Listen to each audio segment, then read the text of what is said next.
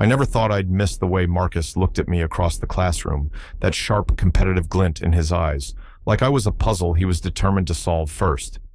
For 3 years, we'd been locked in this academic dance, always pushing each other, always one-upping, always aware of exactly where the other stood.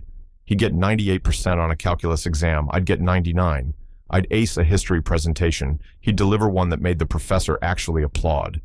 It was exhausting and exhilarating, and somewhere along the way, it became the thing that got me out of bed in the morning. Then one Tuesday in November, everything changed. It started so normally. Professor Chen was handing back our midterm essays on contemporary political theory. I'd spent 2 weeks on mine, barely sleeping, cross-referencing sources until my eyes burned. I knew it was good.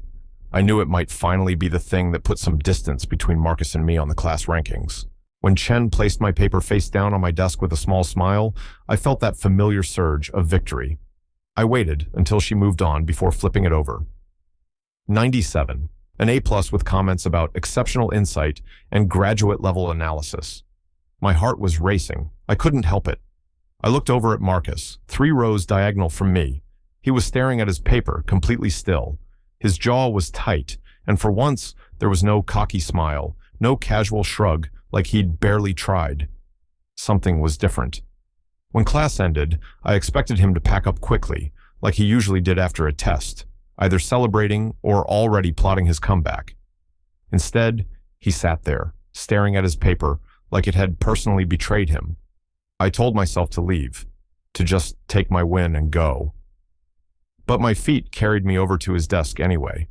We'd never really talked outside of our competitive jabs, the occasional sarcastic comment about who'd finished the reading first. Up close, I noticed things I'd somehow missed before.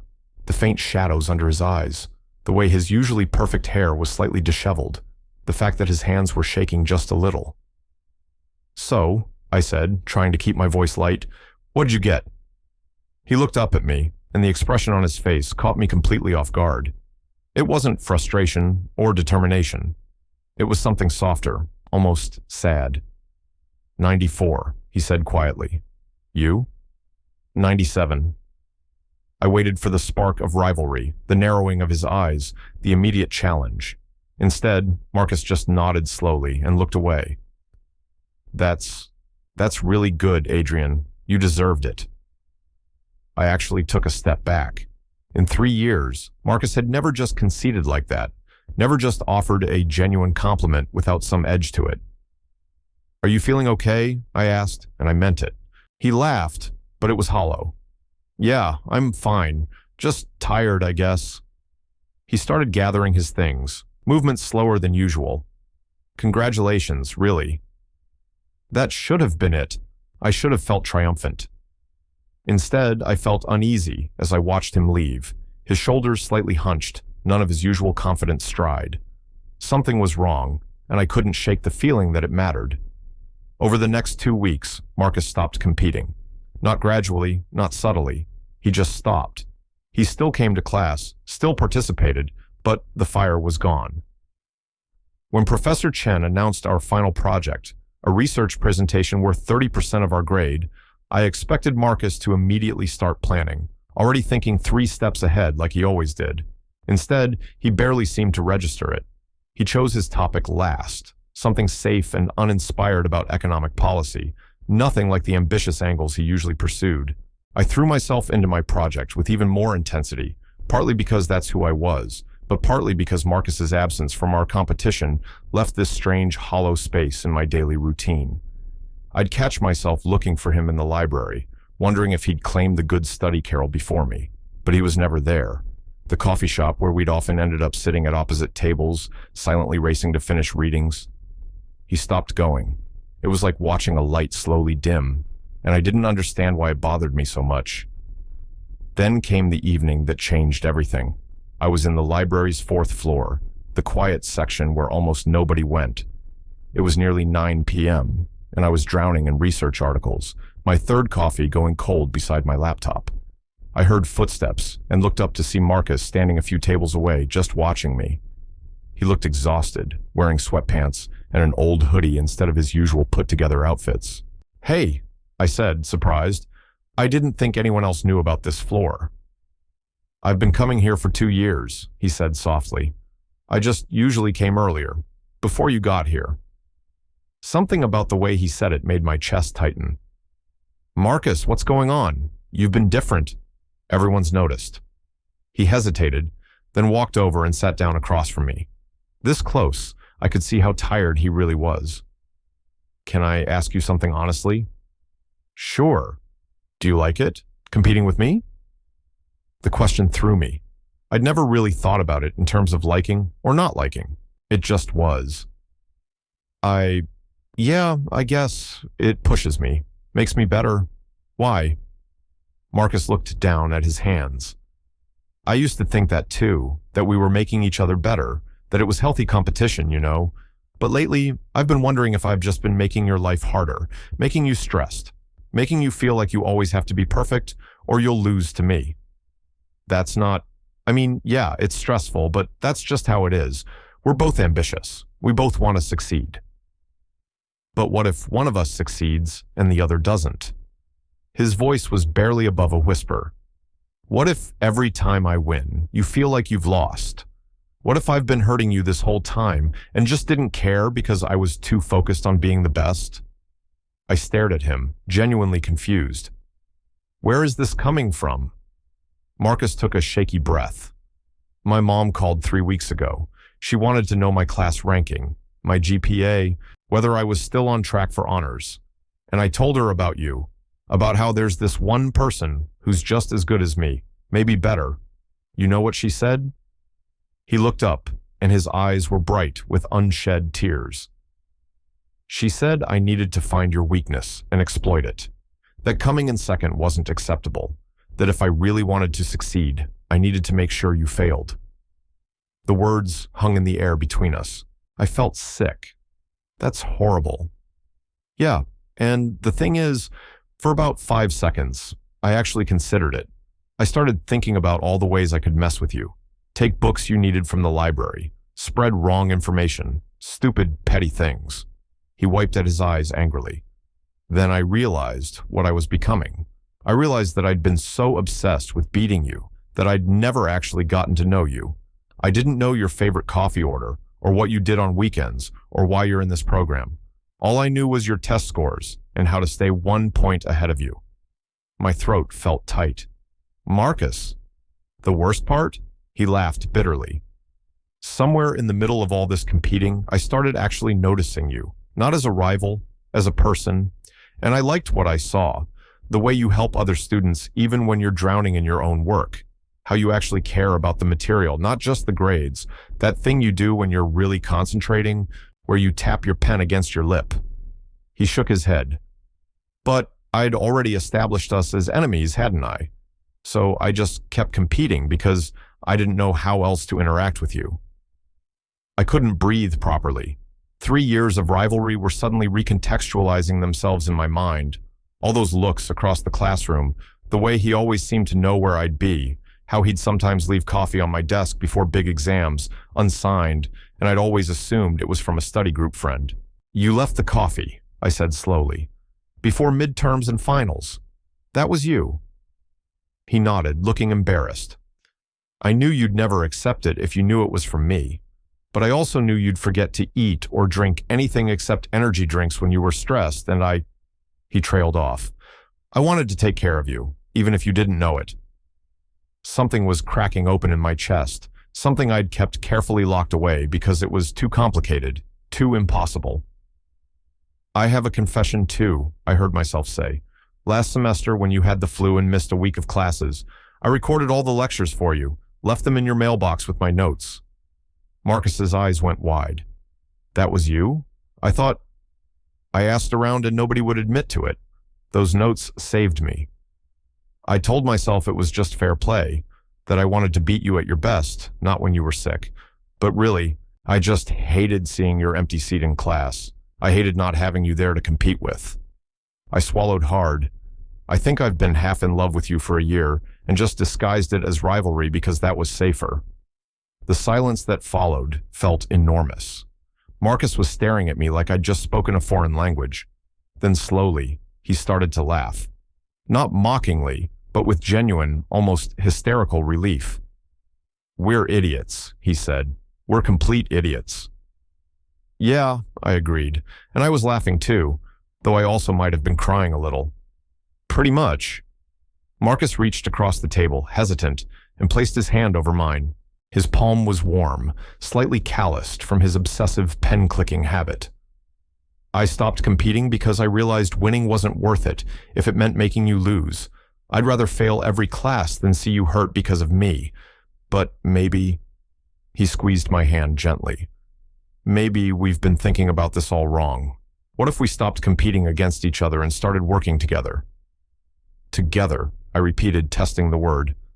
My hand turned under his, our fingers interlacing. It felt natural, like something we should have been doing all along. I know your presentation topic is on international human rights law, Marcus said. Mine's supposed to be on economic policy. But what if we asked Chen if we could do a joint presentation? Combine our topics, show how economic policy impacts human rights. It would be ambitious, probably more work than two separate projects, but we'd be doing it together. The idea was taking root in my mind, exciting and terrifying. We'd have to actually communicate, collaborate. Yeah, and maybe get coffee together without hiding at opposite ends of the shop, and study together instead of just racing to see who could finish first. His thumb traced small circles on the back of my hand. And maybe, if you wanted, we could get dinner sometime, like a date. My heart was pounding so hard I was sure he could hear it. I'd like that, all of that. We stayed in the library until it closed, talking about everything except academics for the first time ever. I learned that Marcus loved terrible reality TV shows and had a younger sister he was putting through college, that he played piano when he was stressed and had a secret dream of writing a novel someday.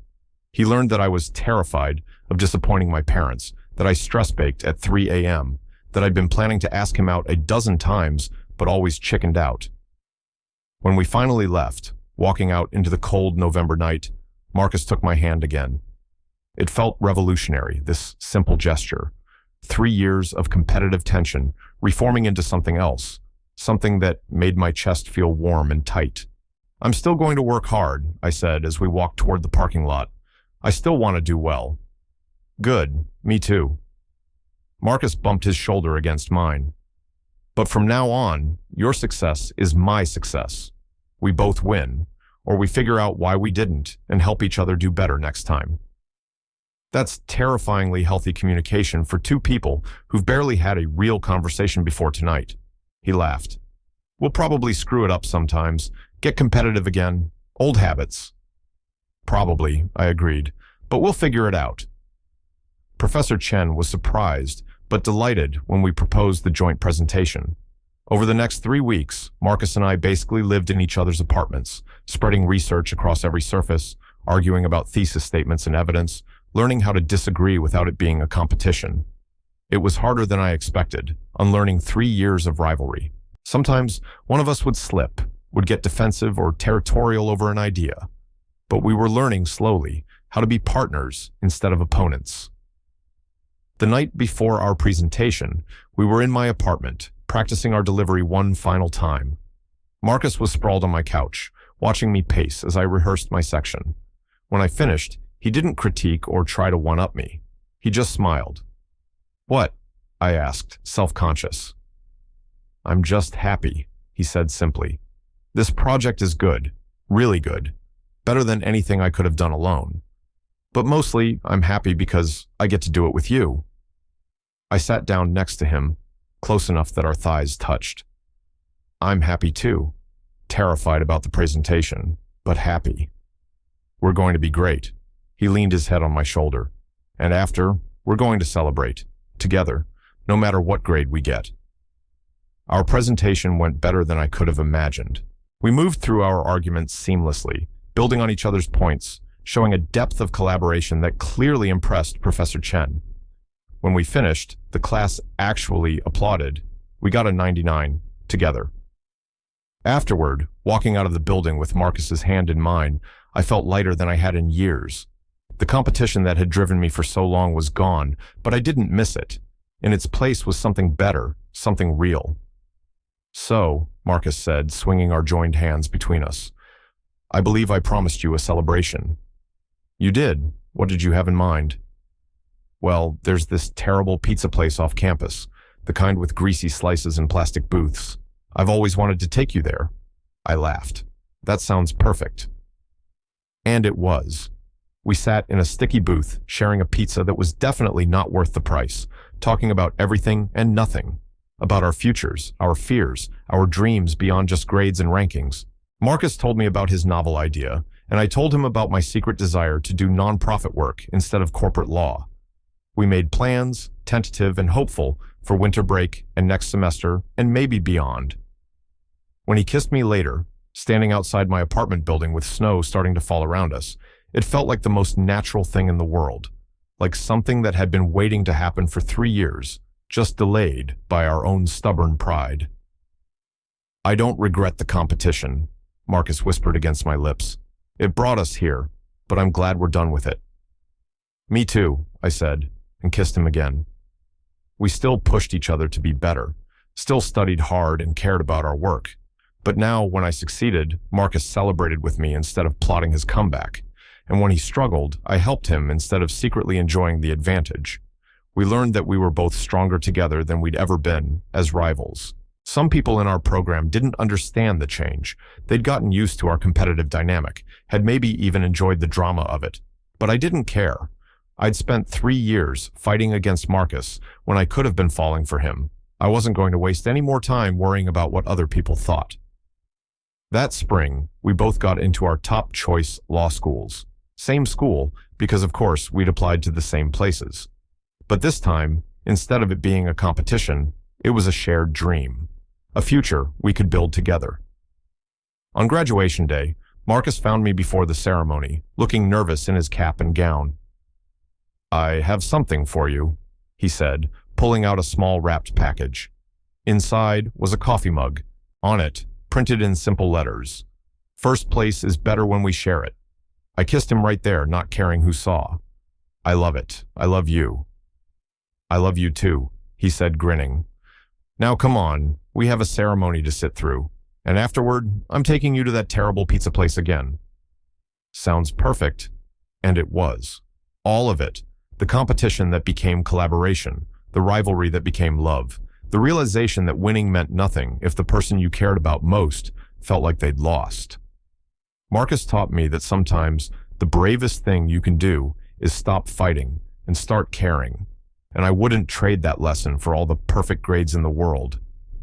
Total_char_count, 16,847.